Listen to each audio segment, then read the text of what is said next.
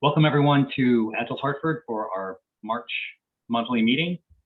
As many of you know who have been with us for a while, we are an affiliated user group with the Scrum Alliance, Agile Alliance, Agile Leadership Network, and also a SAFe meetup group. How you can find us, you can always reach us at our Gmail account, agilehartford@gmail.com. We also are on all kinds of social media, thanks to our board member, Ben Sukraj. So look for us at any of these channels as well. And you can always find us on our website. It's always up to date with most recent information. We always post videos, the slides, whatever assets we get from our speaker. You can find them out there for reference. If you ever need to go back and want to watch a replay, want to get some slides, always check out our website, agilehartford.org. You'll find everything from our past meetings out there. So our board members, yes, we have increased to 6 board members. So Chris Ardnicki has joined us. Hello, Chris. Chris is Hello. happy to be here. I'm happy to be anywhere, really. It's like a constant state, but extremely happy to be here. And we were happy to have you. So welcome aboard, and look for more stuff coming from the board in the fall. And Chris will be very involved in that planning. So there's myself, Steve Nunziata. I'm wearing the same hat, as you can tell. Larry Bach is our man in Texas. Janet Custer, Vin Sukraj, Dave Chersnowski, and Chris Ardnicki. So at the end of the meeting today, you'll receive a survey in your inbox from Servio. It's very quick.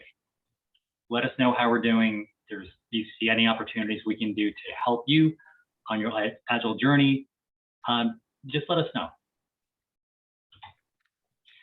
So sponsoring tonight's event, as always, is our partner Eliasing Group.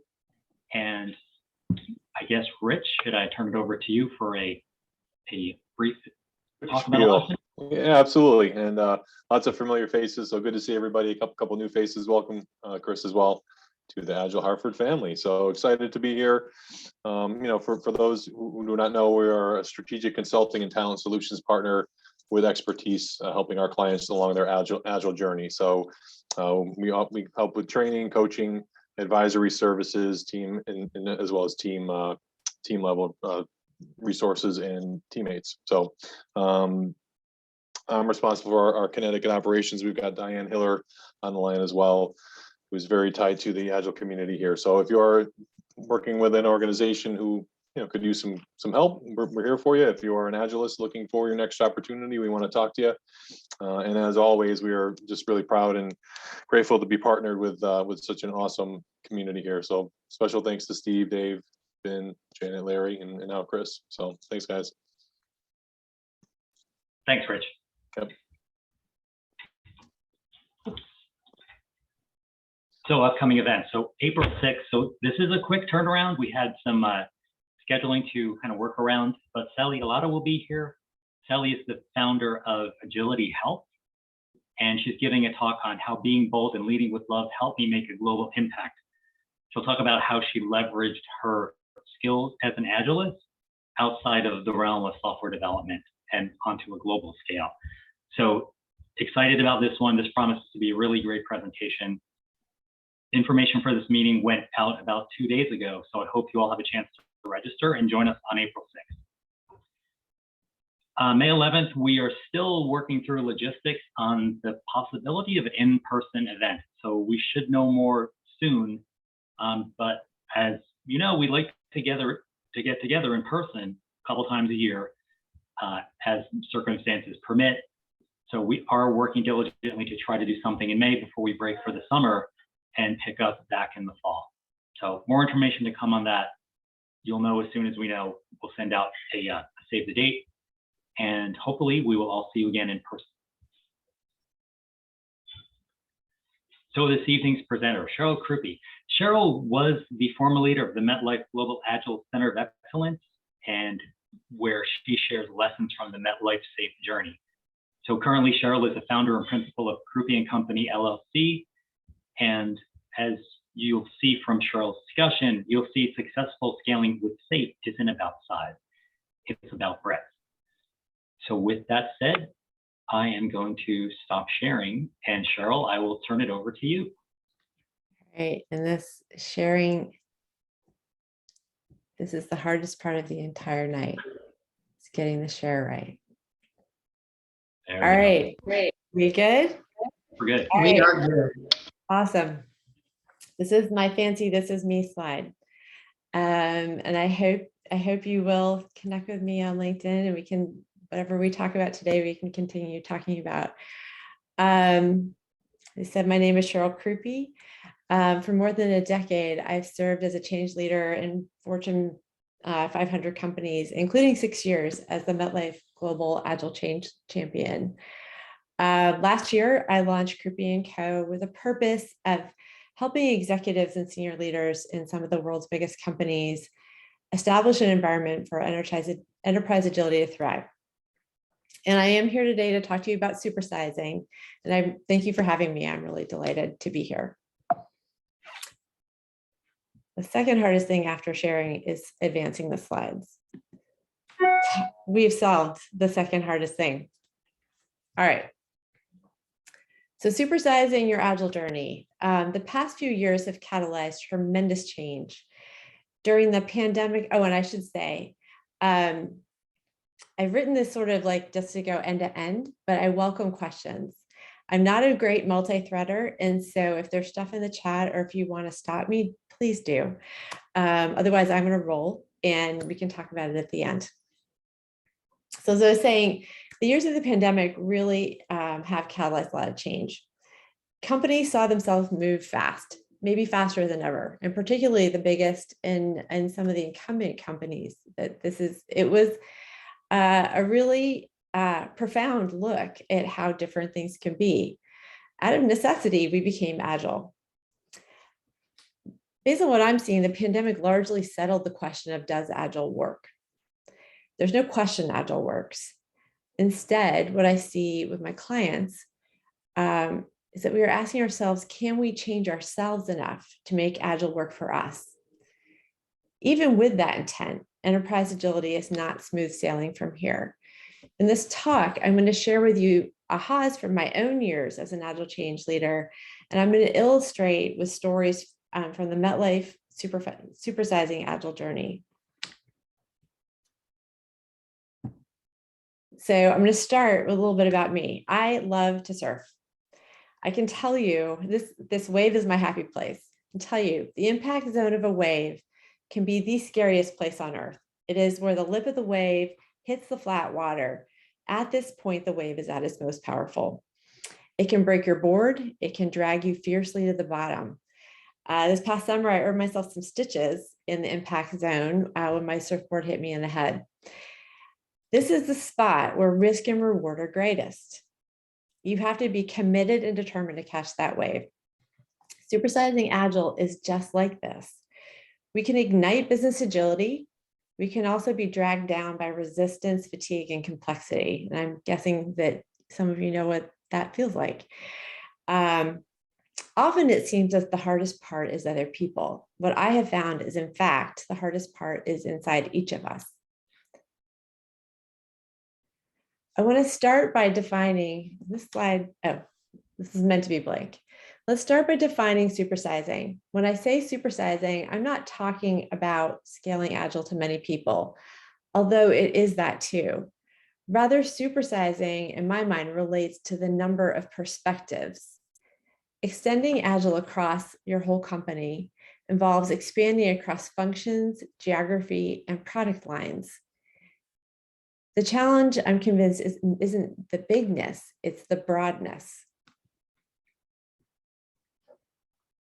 Before we dive into the subject of this talk, I want to give you a little bit of background about our Metlife case study. I was at Metlife for almost 6 years. Met is almost, at this point, is about 7 years into its scaling Agile journey, and they are implementing Scaled Agile Framework, or SAFe. Met is a global Fortune 50 company comprised of over 50,000 people in 40 countries. So we're talking big, broad, complex. Metlife is very purpose-driven. I loved working at Metlife. The company's promise to its customers, shareholders, and employees is always with you, building a more confident future, which is a purpose that I felt personally I could really get behind. Met has a bold Agile agenda set by top executives. By the end of 2021, we plan to deliver over 50% of all new business capabilities using Agile. And the goal this year, by the end of 2022, is 100%. When I talk about Agile at the scale, I'm not talking about doing Agile, like you get a gold star for doing Agile right.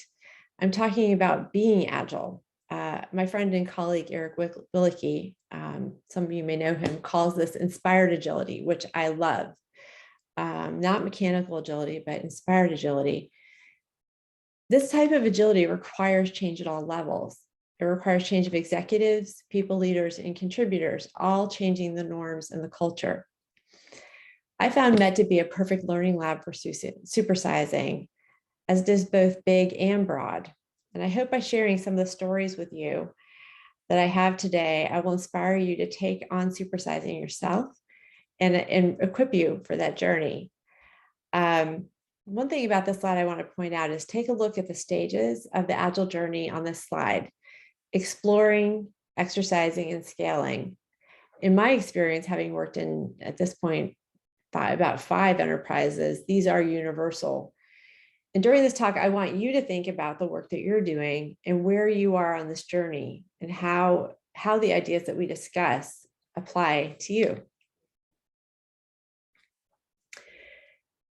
So here's what I've learned in my 10+ years of Agile change leadership. Supersizing agility is all about the people. It requires inclusion, adaptability, and broad partnerships. In this talk, we'll be exploring each of these. Now, I know when I say inclusion, adaptability, and broad partnerships, this doesn't sound radical. Maybe you're thinking, inclusion, adaptability, and broad partnerships, great, I'm already on this. Indeed, these are grounded in Agile principles. We're committed to welcoming change. We respect people and culture, and we value collaboration. It's not hard to get behind these ideas, but I have found it is much harder to live them. Today's environment requires us to challenge our assumptions and broaden our perspectives. Like I said, the problem is not external. This is my personal opinion, but it is us. So I'd like to start saying, okay, let's talk about you. Do you pride yourself in finding better ways of working, even if it occasionally requires breaking glass? Do you feel comfortable with change or charging forward without clear instructions? And do you like change? If you answer yes to any of these questions, supersizing is not about you. Supersizing is not for the early adopters. It's about everybody.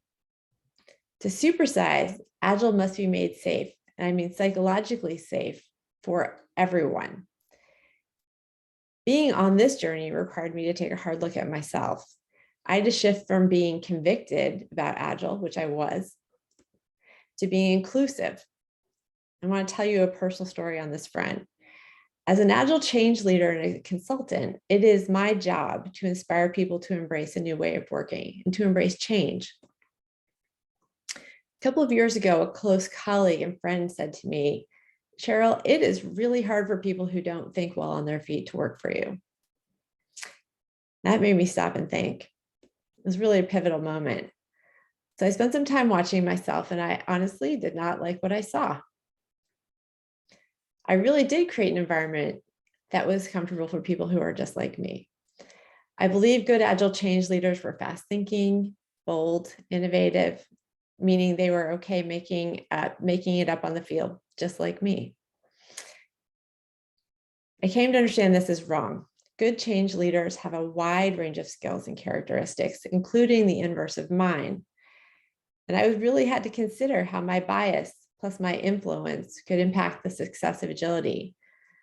Bottom line, to supersize, we must be inclusive. That means working style, thinking style, and change style.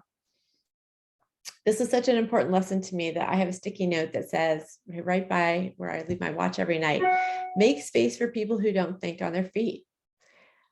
I look at it every morning, and I must say I apply that every day. So let's talk practically about what inclusion looks like. I found that training is a topic where inclusion matters profoundly. The minute your CEO says Agile is a top of the house priority, anyone who doesn't have access to Agile training can feel dangerously left behind. Here's a story from my time at Metlife. Picture global town halls.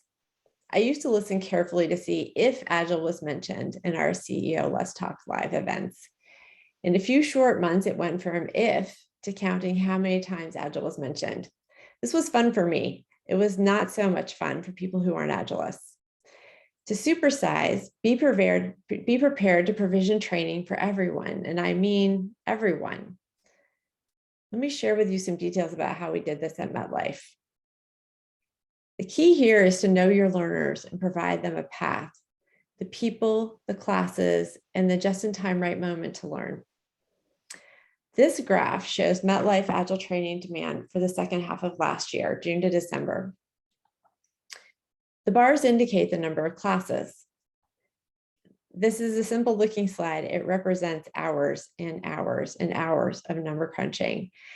And working in a company the size of Met, 50,000 people, these numbers are staggering. We were looking at approximately 230 classes for approximately 5,000 people. At a steady pace, this means training 625 people in SAFe classes per month. We came to these numbers by modeling our 50% Agile goal for the year, including all contributors, leaders, and their surrounding organizations. So we knew that it was critical that there be a general understanding of what we were trying to do. We based what class for whom on job, family, number of Agile initiatives, or Agile release trains using SAFe lingo, and the pace of rollout. This clear and inclusive view of training demand enabled us with partners to train at this pace. It was not just provisioning the training that was necessary, but creating learning pathways which students could feel included and that they could see themselves on the path. There's a path that makes sense to them. So we had to understand real human scenarios. So the boxes on this diagram are curriculum and the dotted lines show the paths. We base this on personas. So first, becoming Agile. And this is really sort of the mindset work, personal agility for the entire workforce. So when your CEO was talking about Agile on town halls, and many people don't even know what the words mean, this is a big problem. So this was just general, what are we talking about? What does Agile mean? Why do we care? Why is it important for our business? The next step, Scrum Basics, intended to get any team anywhere, regardless of function or domain of work, sprinting. And then SAFe training, essentials and advanced for arts and for Arts Plus solution trains. These pathways include a clear progression, prerequisites, and pacing.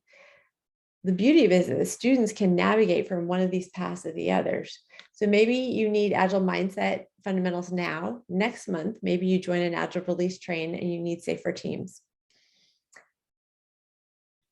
Global companies, I don't know what companies y'all are coming from, but global companies take note. Inclusion also, this is all about inclusion. Inclusion means offering classes and getting started materials in the learner's language and time zone. This requires translation, enablement of trainers in every region, and sometimes teaching classes in more than one language simultaneously. Yeah, 2 languages. Imagine teaching in Japanese and English at the same time. Which I've done. Also consider factors like the need for remote training and also adapting messages for different functions that may not see Agile as for them, right? I've done many empathy interviews with leaders and contributors in other areas of the company who feel like Agile is for those other people. So making sure that we're translating this learning experience in a way that resonates for the learner so they know it is for them. So with this inclusive approach, here's what we accomplished last year at MetLife. During the COVID-19 pandemic, we trained 17,000 people globally on the fundamentals of Agile in their homes. In 1 month, we increased the rate of SAFe training 10 times, from 2 classes a month to over 20. In 2 months, last summer, we trained 1,250 people in SAFe. And we offered foundational Agile training in 7 languages and piloted SAFe certification courses in Spanish. So my big aha related to training and inclusion. In the past, I would have viewed these numbers as vanity or activity metrics. I know training isn't change, you know training isn't change. However, I have learned to see these metrics as indicators of inclusion, as the first step to equip a global workforce for agility. From an inclusion perspective, the span and breadth of what was achieved in this effort is a very, very material first step to supersizing. And I trust y'all will stop me if you have questions. So, actually, I do. So that's a lot of people to train. Yeah. What was MetLife's policy with regard to, say, offshore third-party vendors? It sounds like they didn't care; they just trained everybody. But could you talk a little bit what MetLife's approach was towards non-employees? Early in the journey, we used to joke, we will dance with anyone that asks, and we will train anyone that is part of their, that they are working together with. That when you get to tens of thousands of people, that is less feasible for a variety of reasons. And so as we advanced in our Agile journey, we became very specific with our vendors and partners. When we were sourcing teams from offshore vendors, we expected, we were getting Scrum teams and we expected them to be SAFe fluent. We worked a lot with suppliers also, and our approach with them was, we are going to do Agile. SAFe is our flavor. Honestly, you don't have to do Agile, and if you do, SAFe doesn't have to be your flavor, but here are the rules of engagement. You will come to planning. We will demo. We will use a single work management system. There are basic rules of the road how we interoperate. And in fact, we applied those equally with as we were flipping from waterfall. There were initiatives that were, any global company, very, very big initiatives. There are some parts that are waterfall, some parts that are Agile as you're transitioning. And those are the same rules. You're going to come to planning, you're going to demo, and we're going to use work management systems where we can all see each other's work. So just some basic rules of the road. That worked well. That answer your question? Yeah, it did. Thank you. Yeah, for sure. Any other questions before I go on? All right. Sorry, this is Ramina. I had a question in terms of metrics. Is the effectiveness of scaling and agility and that whole transformation, are your metrics only in terms of training, or what else did you use to gauge the transformation? Yeah, three primary dimensions. Training only happened in the footprint where we were executing Agile. So the number of contributors and the number trained were generally the same, but we counted number trained because it was easy. I looked at 2 other dimensions. One was maturity. And using assessments, actually you have Sally coming next month. She may talk a little bit about maturity assessments. But within that footprint, we don't just want people mechanically doing the steps. We want to be really having an eye on their fluency, comfort, and effectiveness in Agile. So we looked at maturity. And then the third dimension is benefit. Was the value, and really rooting to the SAFe benefits of speed, productivity, quality, and engagement. Those are not easy to measure. They're not, that's why I was asking. Yeah, if I could do anything differently on that one, and actually with my new clients, I am getting really intentional early on about how we measure those, because it's a process of chipping away at getting that data. And I would recommend starting that as early as possible. But fundamentally, I've always worked with footprint, maturity, and benefit. Okay, thank you. Mhm.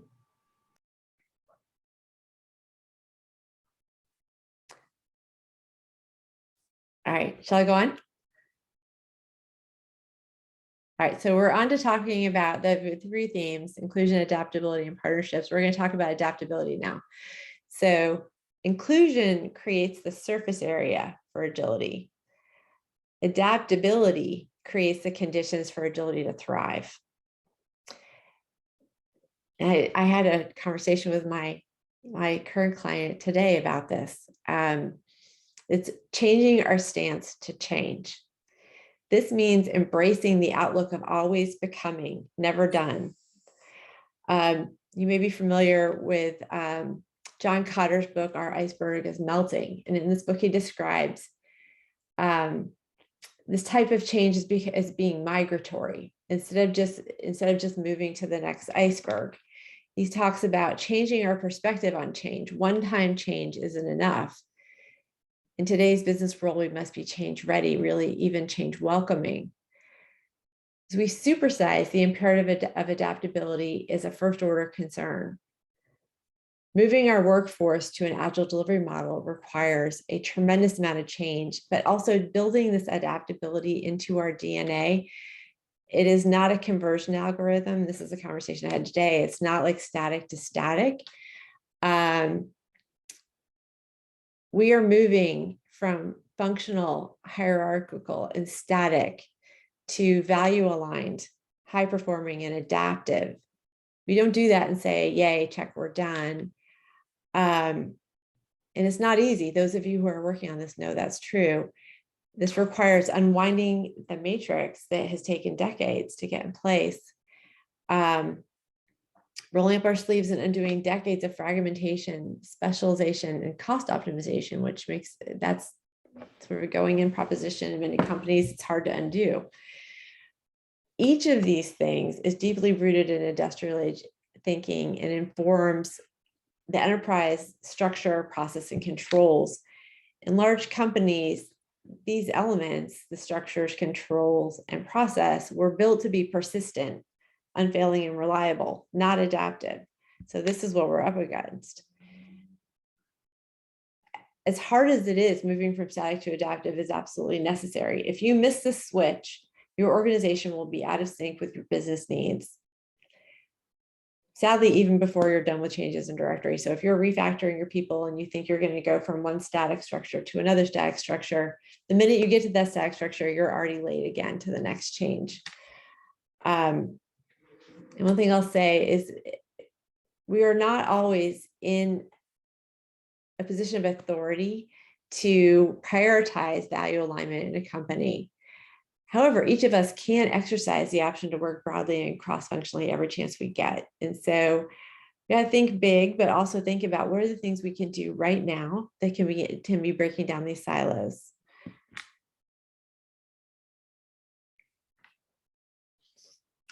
So I want to talk practically about how to supersize adaptability. And this is an area where I've learned some lessons the hard way.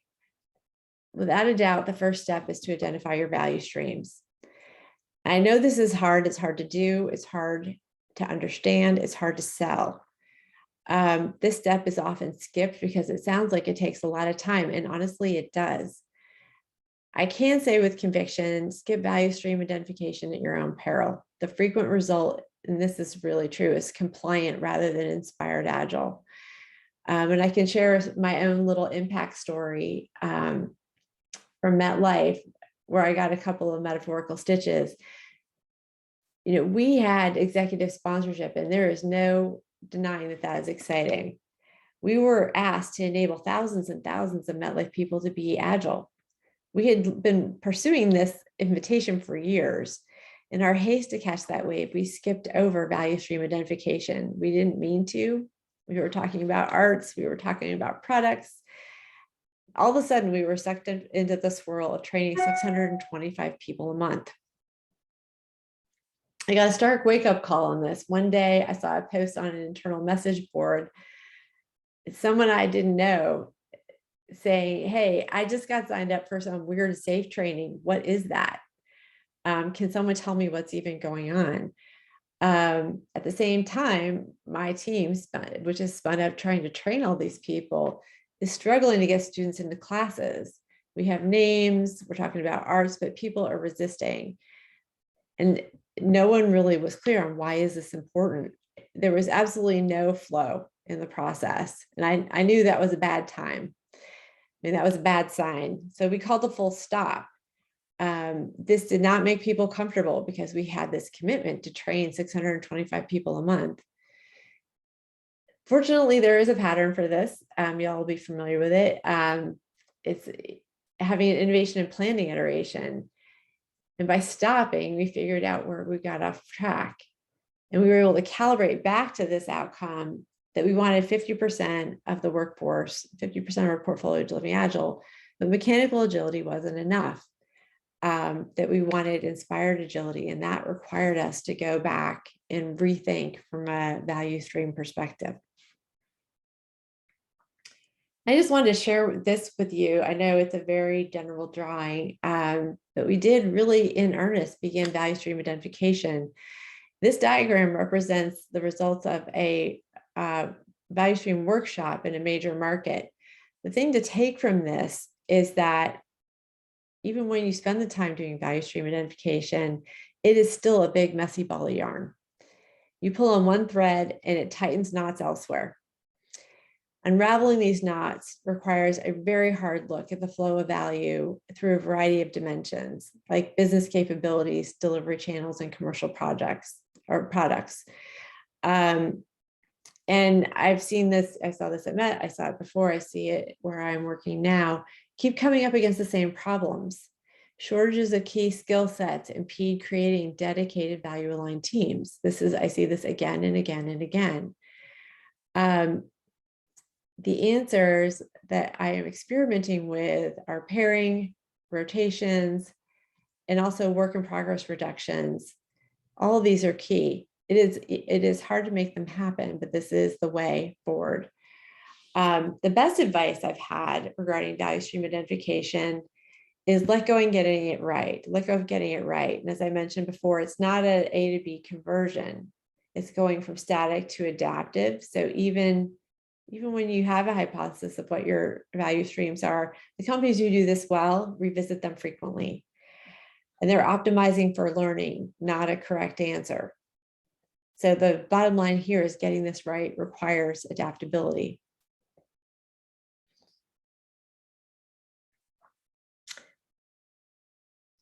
I have said Agile is all about the people. I want to talk about the human side of value streams, because this is critical as well. People do not generally perceive change as positive.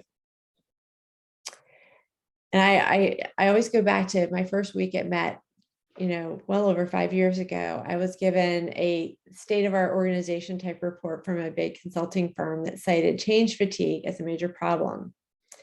We also know that demand to change and its pace are increasing, and that agility is the operating model of the future. Becoming agile may sound awesome to me, but not to everyone. There are many people who would honestly much rather not be doing this right now, who are under many, many other demands. So how do we help these people feel adaptable and embrace agility? I believe adaptability is the human quality that can take the suffering out of change. I also believe that adaptability is contagious. Thriving value streams are fundamentally about being adaptable. They are a powerful way to embrace adaptability in an organization. They connect people to strategy. They enlist people to deliver commercial outcomes in a way that they cannot see when they are functionally aligned. So I urge you as change leaders to use value streams as a way to create these primary allegiances in your workforce to products rather than to their functions. Also, value streams are a way that you can enlist those organizational corners that you may have avoided when you started Agile. So those folks who hold all the legacy controls, and processes, they have a place on the value stream, and including them is vital to bringing the whole organization along. So all those Sure. controls, yeah. A blank screen, Cheryl. It's meant to be a blank slide. Normally, if Okay. I were presenting this, You're making a blank screen. I get it. yeah, Okay. there's just no graceful way to go slideless. I thought it was a polar bear in the snow. Never mind. Or it could be that.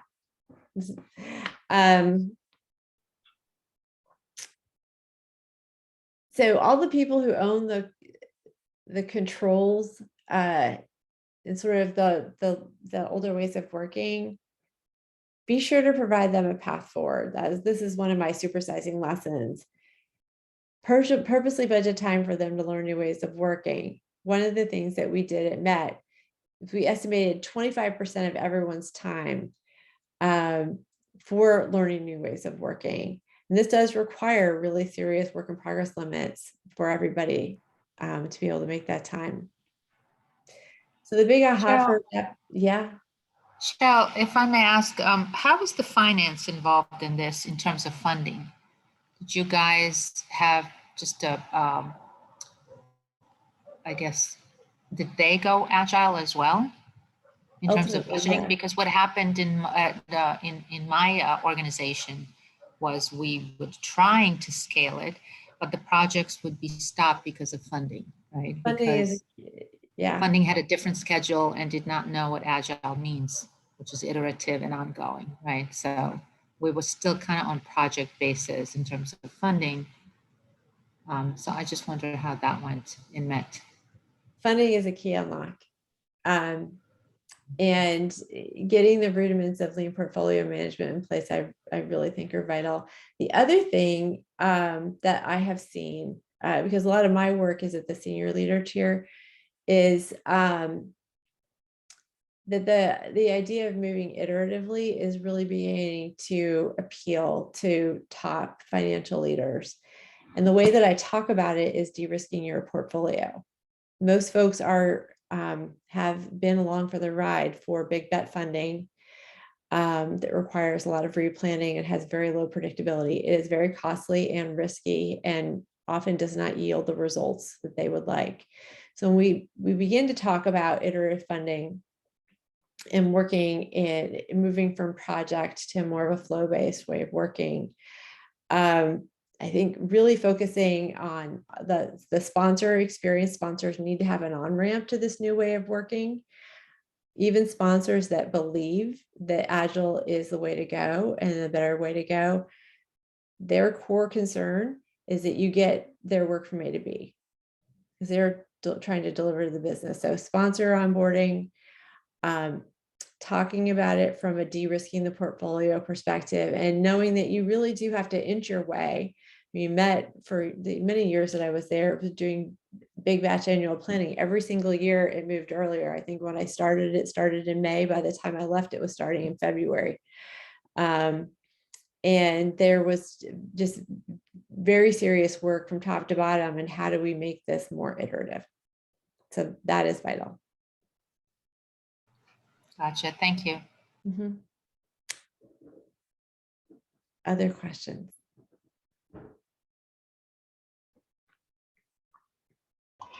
Cheryl, I had a question. So that in my dreams, our company would dedicate 25%. I mean, I would wake up the happiest person on the planet if that happened. And so how did you execute it? Did the organization look at in other words, did you do all of this at once for everybody, or did you sort of carve out segments of the company, dedicate their 25% to this large initiative of learning, and then sort of they're well on their way, and then you take, how did you all do that? Yeah, I'm going to back up a bunch of slides just to show you something. Okay. Here. So really understanding the dynamics of these phases is important. In the exploring phase, we're establishing that Agile works and creating bright spots that prove that to be so. Mhm. In my experience, that often includes proving the case that we're not necessarily going to deliver a fully freighted, I'm going to use the air quotes, project with everything that all the I mean, we're moving from a just in case model of requirements to a just in time model of requirements. Mhm. And you know, we had one early project where we delivered, and it was actually in an infrastructure space, delivered faster than the vendor had ever seen. Realized the committed benefits 3 months early because of prioritization.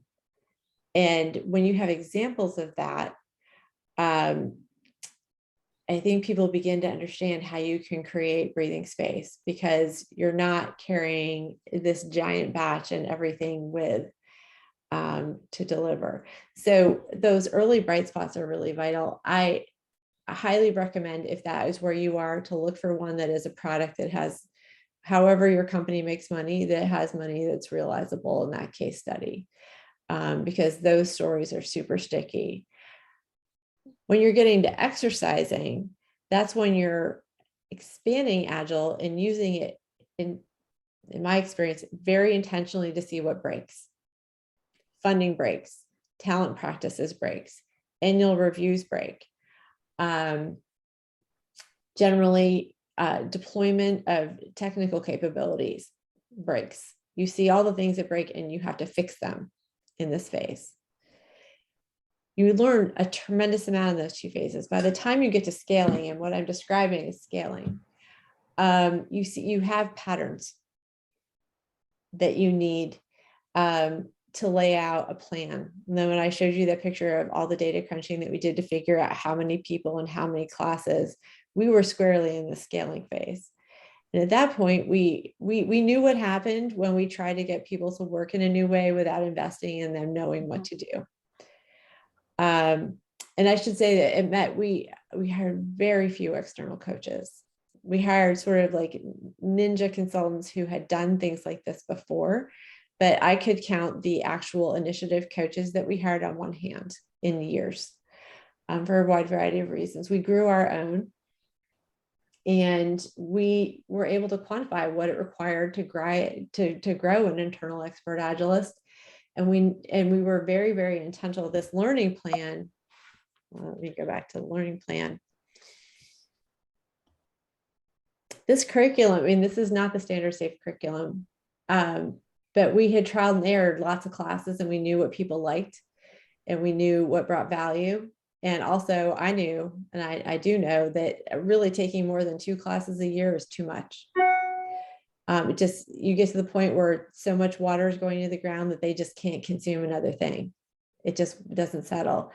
And so we knew the pacing that people could learn, and we modeled that. And the other thing I'll say is that really finding who those top leaders are. I mean, as I said, most of my work is at the top leader level. Finding those people who understand this organizational change equation, and helping them advocate for what is needed is, that's a key unlock also. You can't move this many people. If you think about the bell curve of humans and how, you got the early adopters, and they, like, by hook or by crook, they're going to figure it out. They're going to do it just because they love it, and that's their outlook. You get into the majority, they want job aids, they want to be trained, they're worried about certifications, they're worried about process, all those things. Like, you just can't move those people without making an investment and making the path clear. When people begin to understand those human dynamics, and you have data to support it, it is, I won't say it's easy to make the case, but you can make a data-driven case for that. Great. Thank you. So, Cheryl, how did you fix all those breakages in that exploring phase, such as, I mean, you mentioned something like annual review, which, you know, that's HR, and then we have finance, and then we have, I mean, this is true challenge. It's where you have to bring your internal optimist every single day and believe that it can be different. You know, a couple things. I mean, one is to be as I said, super inclusive. You know, we had some early breaks that we really stepped into. One of them was that we had an opportunity, we had a new CEO, and we had just a lucky opportunity to present to him and his new set of directs. And that opened tons of doors because we were able to capture their imagination of what Agile could do. And from that, we received invitations to do similar learning sessions with many of their leadership teams. Some of them, like just folks that you think of as sort of resistant, legal, audit. We got in very early with audit. And with that came, as we were, I mean, working in 40 countries, we got the request, anytime you train anywhere in the world, please invite your auditors, please invite your regional auditors. So these are folks whose job is to make sure that whatever the process is that happens, you know, for them to be equipped to be able to say, like, to take the fear out of it, right? I mean, I can think of a workshop I did in Malaysia, where the auditors were there and we were saying, like, this is the new way to work. And they were saying out loud, we're so glad we understand this because this is what we're going to hold you to, not that other stuff.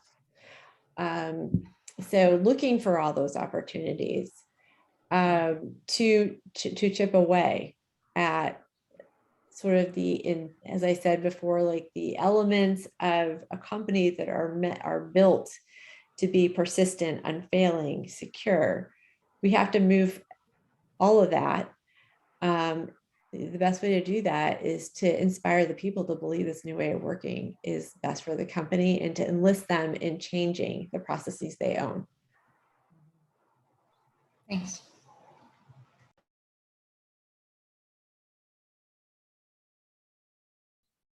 Other questions?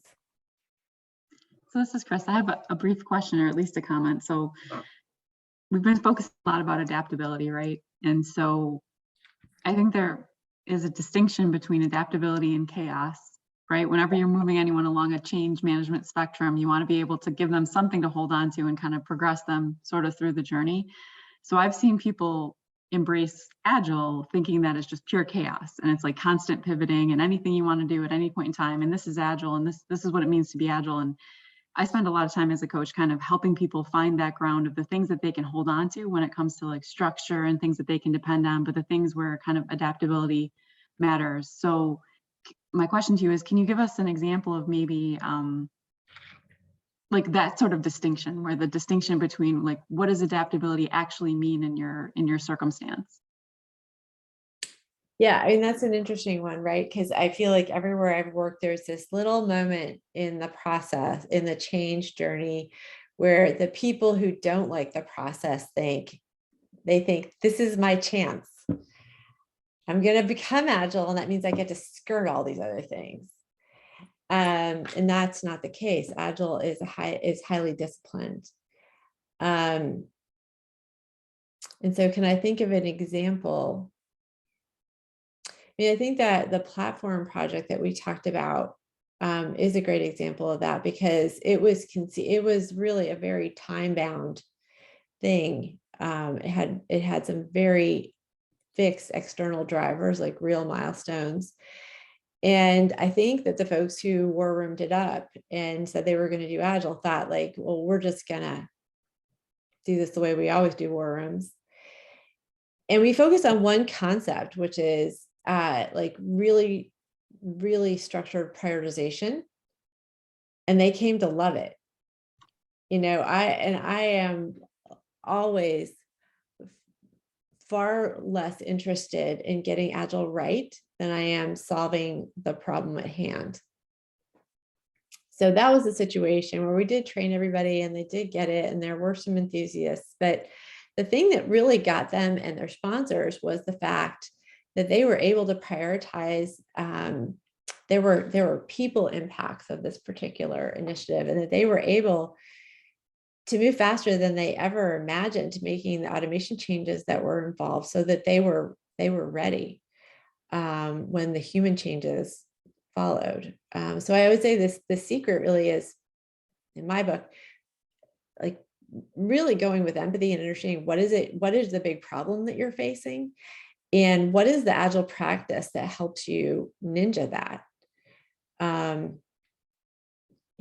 once they get excited about it, nudging them up the maturity curve, that happens naturally. I agree.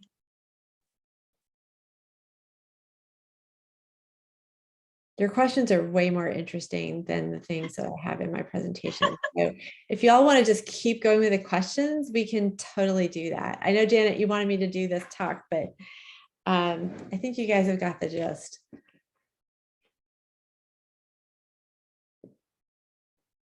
I can hit some more highlights if you'd like. I don't know how much time. We've still got another 15 minutes. You want me to hit a couple more highlights in the presentation? Yeah, sure. Why don't we do that? Let's get through the rest of it.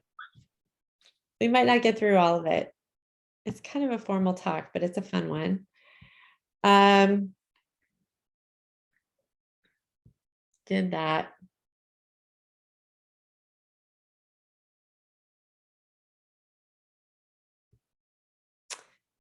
I want to talk a little bit about partnerships. This is something I am really convicted about. I have been through quite a lot of large-scale agile transformations, and I think that it is common to bias to a certain set of partners in an enterprise. And you see them here on the left: change leaders, sponsors. Sponsors are key. We know partners. We all want our leaders. We all have, if you work in agile change leadership, you have your professional connections, your networks, the method that you use. I really want to call attention to the folks on the right. These are less common partners. They're people that we leave out.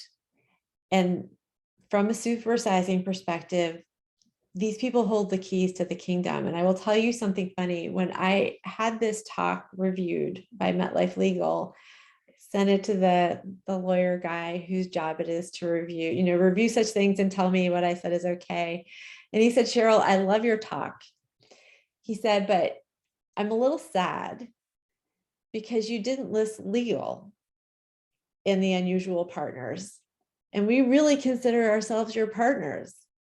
So just want you to, he said, I want you to know that, like, we're here for you and we know we have a key role to play. And that was one of those moments where I was like, oh my God, we have arrived.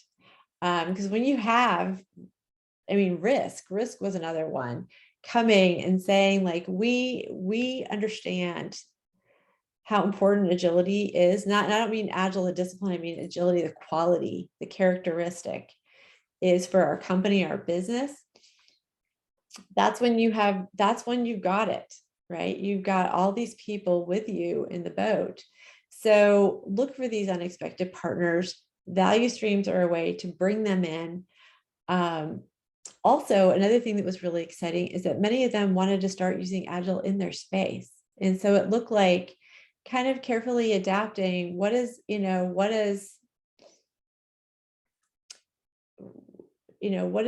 either working in a flow-based team or a sprint team mean for a comms group, and helping them think through, how do these concepts that grew out of tech or grew out of certain parts of the company relate. And if you are faced with that, even like searching online, I know when we were doing the training with audit, I just searched like audit and Agile, and there were like 3 or 4 Wall Street Journal articles about like literally an Agile manifesto for audit. There's so much great thinking out there. So there's a lot to draw on. People in these fields are going to conferences and they're hearing about Agile. I've noticed that college hires are coming out of school with being taught Agile. And so taking advantage of how Agile thinking is taking hold everywhere and bringing that together into the change that you wish to see for your company. So one of my mottos, make friends.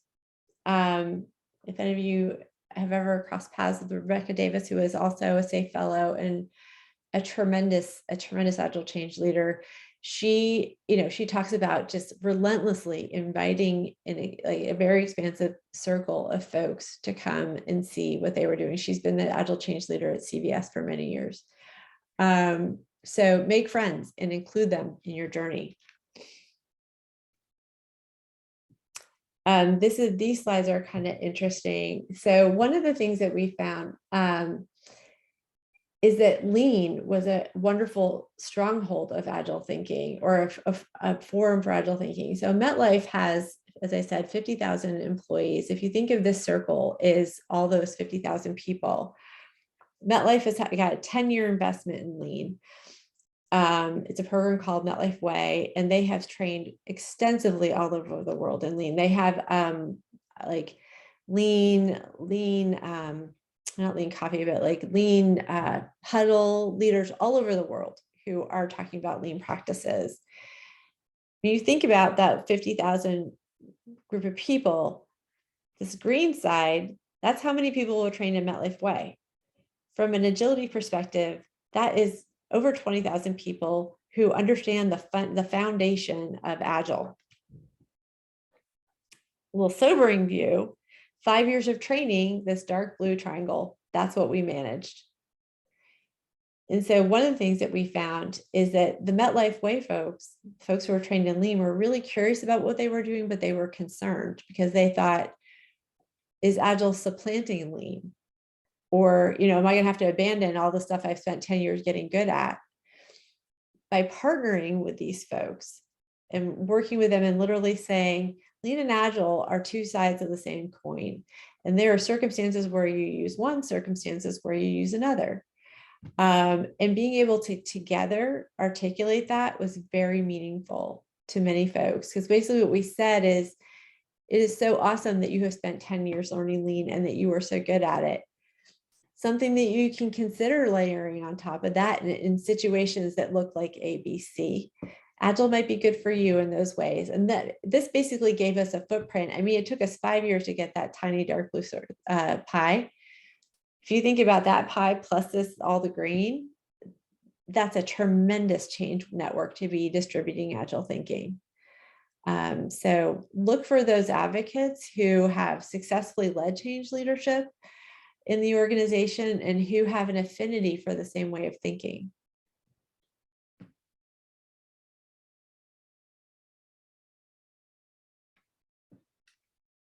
I'll keep going.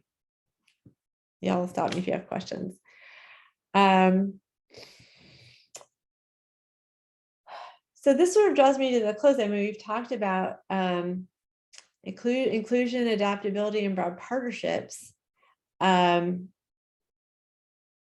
And these sort of my closing statements here is that change leadership, I mean, for me, it really is like surfing. And it is work that is equally fun and scary. And it feels to me like I say that the impact zone of a wave can be the scariest place on earth. It is a place where I have the most fun, and I also have been in the most danger and even got myself some stitches. If you catch the wave, it pushes you forward, and the momentum is tremendous.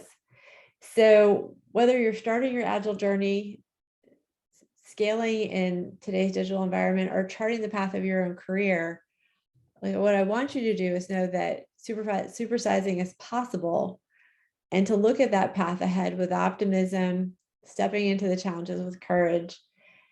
And that I do believe that you can elevate your own career and the workplace by showing these better ways of working. I have no doubt that the way to do this is to embrace the human side of agility and to really, really deeply embrace inclusion, adaptability, and broad partnerships. It is easy when leading change, change at the scale that we're talking. And I see this in the current engagement I'm in, where there's a lot of turbulence in the organization, and it's easy to imagine that those other people are the problem, the resistors are the problem. And I really do believe that the answer for how to overcome that is to look inside of oneself with empathy and to take in, to listen to those resistors, to learn from other disciplines. And I'm a big Brene Brown fan. And I love her, get ready to rumble with yourself, because I think that really is the key. So what other questions do you have? Awesome. Yeah, any questions from the group?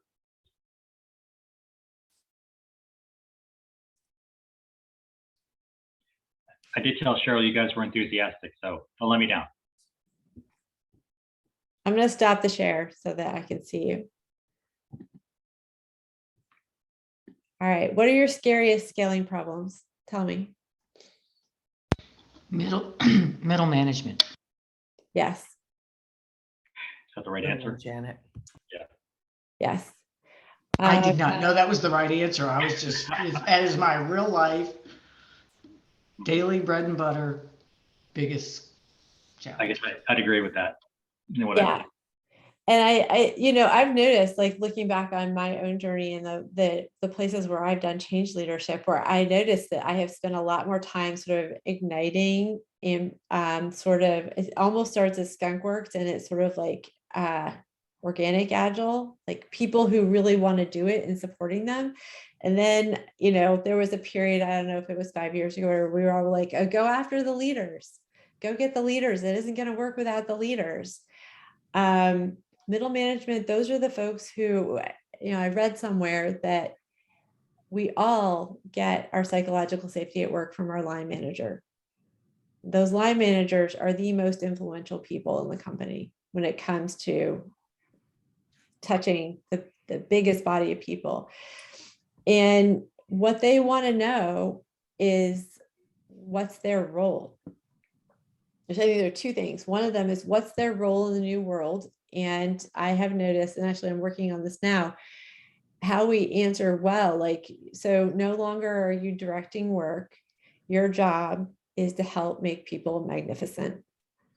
There's a wonderful, I think it's probably available on the SAFe community platform, a wonderful interview with the CEO of WD-40, and him talking about their scaling and transformation journey, and how he realized that is leadership's role, and that he had to model that for it to proliferate in his organization. I also think of the Microsoft becoming a learn-it-all organization instead of a know-it-all organization. So I think when I see managers struggle, I go up a tier, sometimes two, because it's the VPs and the SVPs that need to model the behavior. But the focus, I think, has got to be on the line leadership, equipping them. And this is not like broad thematic cultural changes, equipping them with literal tactics, like, what you used to do this, now you do that. And we're going to help you learn to be good at that. That is critical. Right, because I do think in many organizations, and in the bulk of the middle management challenges I'm facing, what got them there is not their people management skills. What got them there was their domain skills, right? Their technical skills, or their business skills, or sometimes their selling skills, but certainly not their recognizing how to develop their people. And then the other challenge is, into what? To what? What's the continuous improvement roadmap of people change? And you could say I to T to E people all you want, but they only know how to build I people. And that's how they got promoted. And they don't even know in this new world what the T and the E skills are that is needed in this specific area in middle management, let alone be able to coach people there. And if people don't, I think that most leaders vastly underinvest in leading by intent, and it's sort of like vision and intent-based leadership. One of my favorite books on this front, I've read recently is Reed Hastings and Aaron Meyer's No Rules Rules, which is the story, about Netflix. And I think their section on intent-based leadership is the best I've seen. Because you can build skills, but if people are not clear on the intent such that they can go act on it, and it's not an environment where they can, it doesn't matter. So I love the intent-based leadership section there. And in their patterns, I mean, it's definitely really bold, but there are patterns for helping people take accountability, and also around sunshining what they would call learnings or loss, like things that are, or experiments that didn't bear out. All of those are the things that make it safe for both contributors and leaders to behave differently. I mean, everybody shows up and wants to be successful. Everybody shows up and wants to be contributing to everyone wants to be part of a winning team. If you can't see that, you can't see how your job relates, and you don't know where the company's going, you can't do it.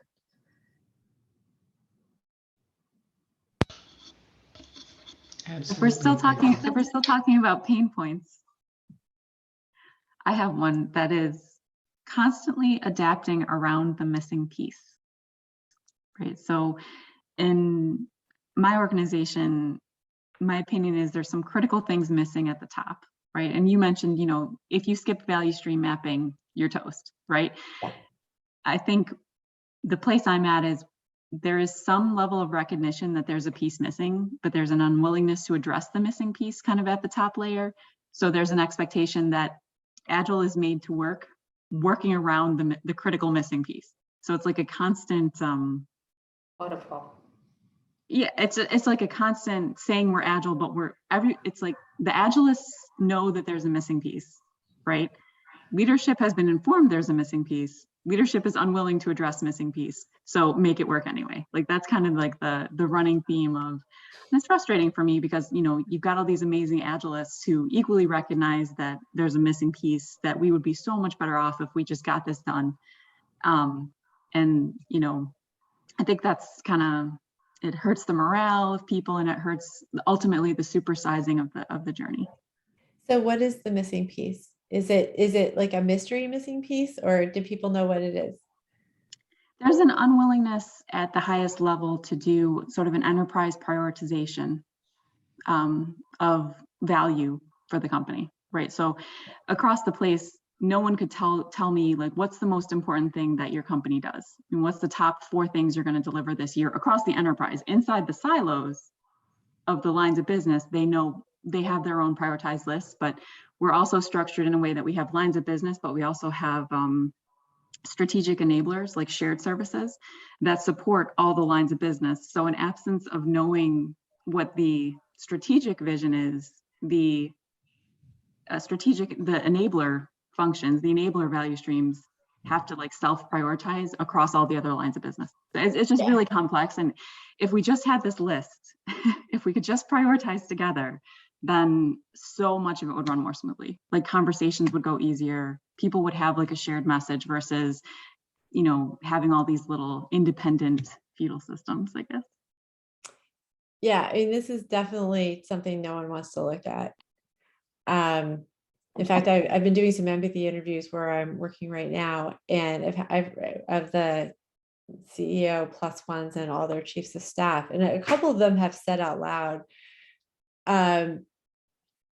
that even if we were able to, let's say we were able to increase throughput by 4x, there would still be 8, 10, 12x that they wanted to do. Like there is some acknowledgement that the fundamental equation doesn't work out, and that winners focus. So a couple things. I mean, I draw on, it's on my desk somewhere, zone to win, and really sort of how radical focus on what is going to differentiate your business is, how important that is.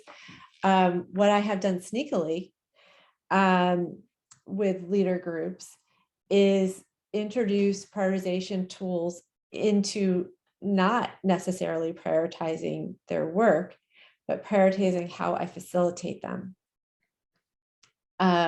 So doing a workshop or any other kind of thing. So pace is one of my favorite. I don't know if y'all are familiar with the pace tool. You can put a pace diagram up on a wall or on a mirror or wherever in about a hot second. And it does not take long. People love it. It is so easy. And it helps you sort of figure out what are the smallest, fastest things you can get done for the most value. Once you start doing that with people, they're like, oh my God, well, we should use this for our strategic initiatives. Maybe we, and then I have also done, like asked for, give me 15 minutes and let me do a quick tabletop with you with your top, epics or initiatives or whatever they are. And let's talk about, how you might sequence these. So I think seeding tools, thinking tools that can help them, that maybe help with things like time management and executive sessions that begin to build fluency with that kind of thinking.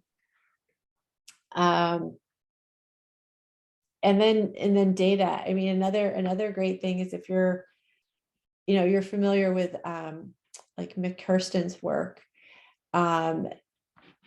using TaskTop or even manually tracking flow, like those numbers are just undeniable. and sometimes data, that data of like, okay, well, where is everything sitting? Like I had this come up recently where everyone thinks that funding's broken. Everyone thinks that funding's broken. When you actually trace the flow metrics, it was actually provisioning of servers. We're actually trying to solve the wrong thing. So, when you have data, sort of use data to help just show the obvious, that also can, where's the choke? That can help. Let me know how it goes. Thank you, I will. Get on LinkedIn and tell me, try some of those things and then tell me how it goes. What else?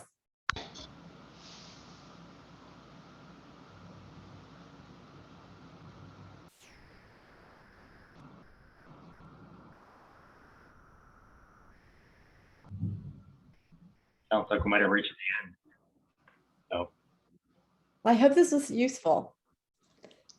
There's a question in chat. Very helpful. There's a question in chat. I'm so bad at keeping up with chat. What is it? I don't see a question. I see a statement. Statement.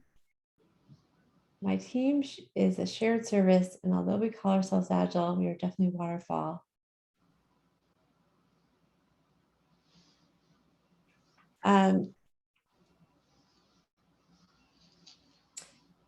And a waterfall in terms of like the work. Tell me a little bit more about the waterfall. Yeah, so we started our Agile transformation back in 2016. We started getting some of the software so that we could plan out our user stories and the sprints and things of that sort, but we're very much still waterfall. We're targeting or planning our work towards a release. We're not sprinting, things of that sort. So because we're a shared service and because we started our journey at a different time than some of the other teams at my office, it's been a struggle for us to plan work along with other teams who are mature Scrum teams and are operating in sprints. So we often get asked to deliver on something in the next 2 weeks. Well, because we're waterfall, we don't have the ability to turn on a dime like that, unfortunately. And that's kind of been a struggle that my team's been facing, which will be changing very soon, hopefully, because we're adopting SAFe in April. Oh, that's great. And when you say waterfall, you mean you're getting big batches of date-driven stuff? Yeah. That you have to respond to really quickly? A waterfall in that, so the old project planning where we'd get a request and you have to go step by step, requirement, development, testing. And so the projects would often take anywhere from 6 months to a year. They're very large initiatives. They're not broken up into smaller chunk user stories. Lots of dependencies with other teams or self-contained? Lots of dependencies with other teams because we're a shared service, and I work in billing, so in insurance. So every application at the insurance company I work for flows into us. Yeah, so I've heard of something similar recently in billing as well. And one of the things I wonder about that is it waterfall, or is it this is one of the situations in the enterprise matrix where cost efficiency has really just reduced the capacity to respond in a shared service like this. I mean, in a like an agile euphoria, you know, we might pretend that we could split this team up and that every value stream would have their own. That math rarely works, usually because there are too many people. And so what you're describing to me makes it sound like, you know, the amount of work that's coming your way is the fact that the team is so constrained, but because it's a separate shared service, that the need for flow isn't apparent. And that may be something that you get through a team's environment where you get to plan with these other organizations. The one thing that you might try is to seed what you can do or what you know how to do into some of these other areas. Team topologies might be a good resource for you. Thank you.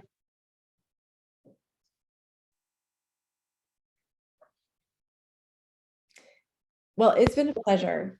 I would love it if y'all would connect with me on LinkedIn and tell me if there's anything that we talked about today that you apply and how it worked. And I would also just invite you, if there's ever anything that I can do, or you're interested in connecting or sharing some questions online, I would be happy to. It's been a real pleasure. Thank you.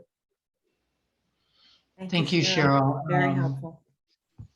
Really great to have you come in and make this talk with us and share your learnings. This is a unique conversation for us. So thank you. Well, Thank good. you. I'm so glad. All right. Yeah. I guess we're at time at this point. So Yeah, we're at time. I just want to remind everybody, you've already got in your email, the survey for the meeting. It's 10 questions. It's survey, very, very quick to do. And don't forget about our April 6th meeting with Sally Alata. Although she does run Agility Health, she's actually talking about a personal passion of hers and how she brought her skills to the global stage. It is a different and inspiring conversation. I encourage all of you to check that out. So, but thank you again, Cheryl. We're so pleased to have you. it's been a Thank you, pleasure. Yeah, thank you, Thank you. Cheryl. All right. Be Thank well. you. Take Bye, care. everyone. Thank you, Cheryl. Thanks, everybody.